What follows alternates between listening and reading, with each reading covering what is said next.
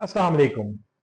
आज मैं आपको बड़े सादा और आसान अल्फाज में, वो कहते हैं ना पंजाबी में, झटकी तरीके से समझाऊंगा कि फाइलर होता क्या है।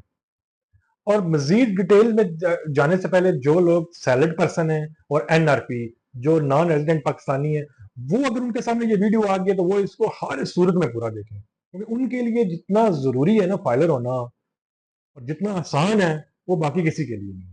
आपने इस वीडियो को बड़ा गौर से देखना है और उसके बाद आप खुद ही ये इस बात पे एग्री हो जाएंगे कि हमें पहले क्यों नहीं बताया गया कि फाइलर होना इतना फायदेमंद है और इतना आसान है। तो आइए जरा हम अपने टॉपिक पे डिटेल डिस्कस करते हैं। फाइलर बेसिकली ये है कि आपने साल के अंदर जो कमाया और जो खर्च किया, उसकी एक तफसील गवर्नमेंट को बतानी है। अब यहाँ पे आपके जहन में एक सवाल आया होगा कि जो लोग कुछ भी नहीं करते, जिनकी कोई इनकम नहीं है, तो क्या वो भी फाइलर हो सकते हैं? तो वो कैसे अपनी फाइल रिटर्न करेंगे? तो ये भी मैं आपसे आपको बताऊंगा। और यहाँ पे एक और क्वेश्चन है कि आपके जहनों में, अक्सर लोगों के जहनों में ये होता है कि जो बंदा भी टैक्स फाइलर होता है उसको टैक्स देना पड़ता है। तो इस पे भी डिस्कस करेंगे। तो सबसे पहले तो बात करते हैं कि क्या जो बंदा अनएम्प्लॉयड है, जो बंदा कुछ भी नहीं करता, क्या उसको रिटर्न भरनी पड़ेगी, या वो भरेगा तो वो कैसे भरेगा, और क्या वो फाइलर हो सकता है? तो 100% वो फाइलर हो सकता है, वो फाइलर के तमाम बेनिफिट ले सकता है। और उसका तरीका कार ये होगा कि वो अपनी रिटर्न जीरो के साथ फिल कर देगा कि मेरी जीरो इनकम है और मुझे जो फाइनेंशियल सपोर्ट कर रहा है मेरा कोई फैमिली मेंबर कर रहा है। तो इस तरह वो अपनी रिटर्न फाइल करके वो फाइलर हो सकता है। दूसरी बात यहाँ पे जो बड़ी अहम है कि हर बंदे के जहन में ये सवाल है कि अगर मैं एफबीआर में टैक्स फाइलर हो जाऊंगा तो मुझे उसका टैक्स अदा करना पड़ेगा। तो यहां मैं आपकी मालूमात के लिए ये अर्ज कर दूं कि हर फाइलर को टैक्स अदा नहीं करना होता। टैक्स की एक लिमिट होती है, इनकम की एक लिमिट होती है। उस लिमिट से जो एक्सीड करेगा वो टैक्स अदा करेगा। जैसा कि जो इनकम टैक्स फाइलर हैं उनके लिए लिमिट है कि अगर उनकी सालाना इनकम 6 लाख से जायद होगी तो तब उनको टैक्स अदा करना होगा। इससे तो आपकी ये कंफ्यूजन दूर हो गया है कि हर टैक्स फाइलर को टैक्स अदा नहीं करना होता। जिसकी सालाना इनकम 6 लाख से जायद होगी वही टैक्स अदा करेगा, वो भी जितनी उसकी इनकम है उसके हिसाब से। अब यहाँ पे क्वेश्चन ये है कि ये जो इनकम है ये हम कैसे डिसाइड करेंगे ये 6 लाख है और 6 लाख से जायद है? तो उसके लिए अगर तो कोई कारोबारी आदमी है तो उसके जो कारोबार के एक्सपेंस हैं वो इससे माइनस होंगे, जो उसकी सालाना इनकम है उसके बाद उसकी टोटल इनकम का तयन किया जाएगा।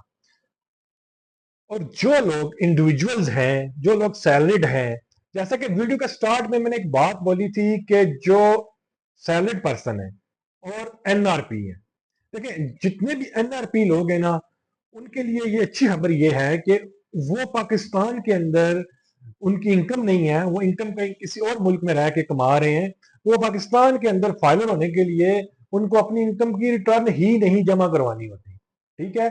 तो उन, क्योंकि वो जिस कंट्री में रह रहे हैं वहां पे टैक्स अदा कर रहे हैं, तो उनके लिए तो बहुत ही आसान है, क्योंकि वो अगर यहाँ पे रहते हैं, वो यहाँ पे गाड़ी लेते हैं और मुख्तलिफ जगहों पे, जैसा कि इसी चैनल पे मैंने एक वीडियो डाली थी कि बैंकिंग में जो टैक्सेस होते हैं और फाइलर को उनमें कितनी छूट है, वो भी आप इसी चैनल पे देख सकते हैं। मैं उसका लिंक भी डिस्क्रिप्शन में दे दूंगा।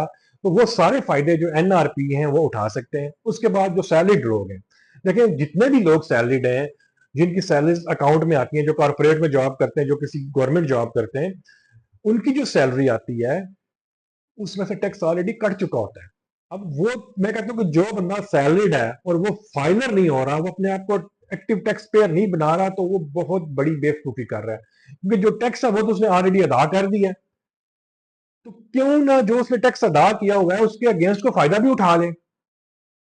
तो उसको चाहिए कि वो फिल फॉर उसकी जो भी इनकम है। और मजे की बात यहां पे ये है कि अगर कोई सैलरीड पर्सन है और उसकी इनकम बेशक 20 लाख रुपए है, सालाना इनकम 20 लाख रुपए है, तो उसको भी टैक्स फाइलर हो जाना चाहिए, क्योंकि वो इनकम टैक्स पहले अदा कर चुका है। जब उसकी सैलरी आती है तो गवर्नमेंट ऑलरेडी उसके अकाउंट से इनकम टैक्स काट लेती है। तो टैक्स तो आपने जो देना था वो दे चुके हैं।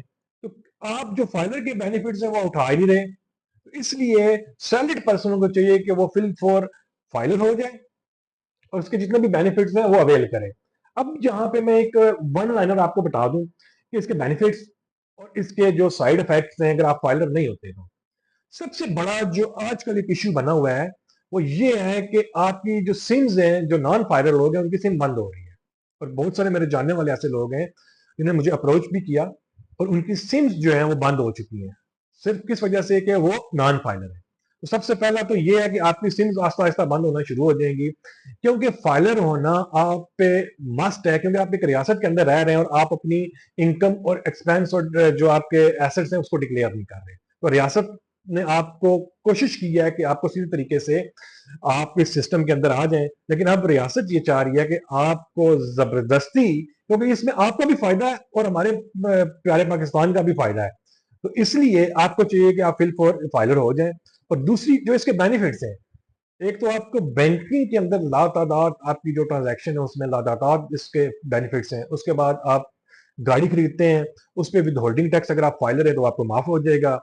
एंड नेक्स्ट, अगर आपके पास गाड़ी है, आप गाड़ी के टोकन करवाते हैं, तो आप उसमें भी आपको अच्छी खासी छूट मिल जाएगी। तो इस तरह की काफी सारी जगहों पे आपको फाइलर होने के बहुत सारे फायदे हैं। अगर आपको इसमें कोई भी क्वेश्चन हो तो आप इस वीडियो के नीचे कमेंट करें, मैं आपको डेफिनेटली उसका रिप्लाई करूंगा। और मैं जैसे कि मैंने वीडियो का स्टार्ट में आपको कहा था कि आप अगर इसको गौर से देख लेंगे, समझ लेंगे, आप अभी से कहेंगे कि मुझे इससे पहले इसके बारे में क्यों नहीं बताया गया, ये इतना बेनिफिशियल और इतना इजी है करें। तो इसी के साथ मुझे दें इजाजत। अल्लाह आपका हामी नासिर हो।